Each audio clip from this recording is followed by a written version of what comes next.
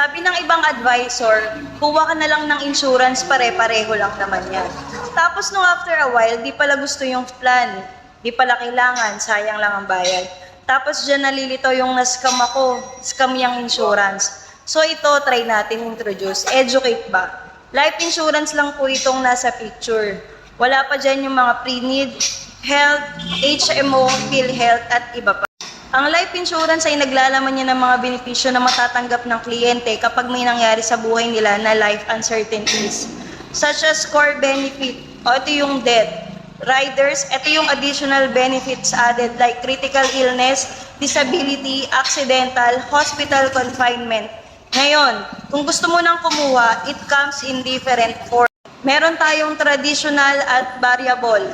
Traditional, insurance lang. Variable, insurance at investment.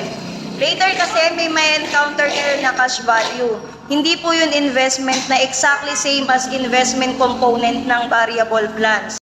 So, sa variable muna tayo, mas mabilis yan ma-explain. Variable, unit link or VUL ay 2-in-1 plan. May insurance ka, tapos may ini-invest ka rin sa chosen fund mo. Later on, pwedeng lumago o bumaba ang value. Pwede mo rin ma-withdraw. Kung gusto mo naman, insurance lang. Traditional yan. Sa traditional, merong temporary term insurance at merong permanent whole life endowment. Si term insurance muna, sobrang dali nitong intindihin. Purong insurance yan, ikaw bahala kung ano ang laman. Death ba or may mga rider pa? Covered ka for specific term. Depende sa plan. Merong 1 year, 5 years, or 10 years. Renewable rin yan. Basta magbayad ka ng insurance hanggat gusto mong makover. If ayaw mo na magbayad, di ka na covered. Tumataas premium niyan per year. Sa permanent tayo, whole life or endowment, halos pareho yan. Ang premiums nito, fixed per year unlike sa term insurance. Sila yung insurance pero may cash value and dividends. So para siyang term insurance na may pa-special effects. Dividends, ito yung non-guaranteed na binibigay sa yung bonus on top of insurance mo.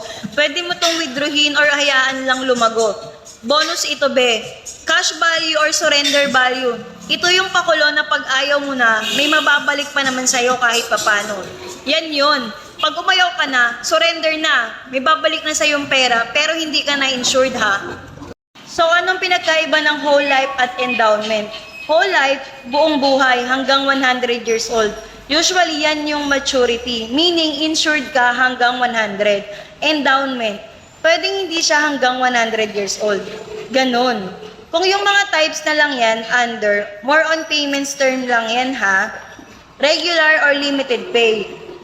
Regular whole life, insured hanggang 100 years old. Bayad ka hanggang 100 years old. Limited pay whole, insured hanggang 100 years old. Bayad ka, limited term like 10 years lang kung trip mo. Note, may bagong labas si policy na Sun Life ngayon. Sun Legacy, limited pay whole life yun. O siya, mahaba na to. Di yan sakto Pero big picture lang yan. Siyempre, marami pang terms and conditions sa bawat kontrata. Save mo na lang to kung future reference mo kung nais mo. Wala akong sasabihin kung anong maganda dyan kasi walang ganon. Depende yan sa maraming factor. Investment goal, investment risk profile, specific needs for insurance benefits, age, work, health, condition, source of income, and marami pang iba. Hindi tayo anti-VUL, hindi tayo anti-trad, pro-client tayo. Kayo ang masusunod, tandaan nyo yan. For more information about life insurance product, message me for more details. Bye!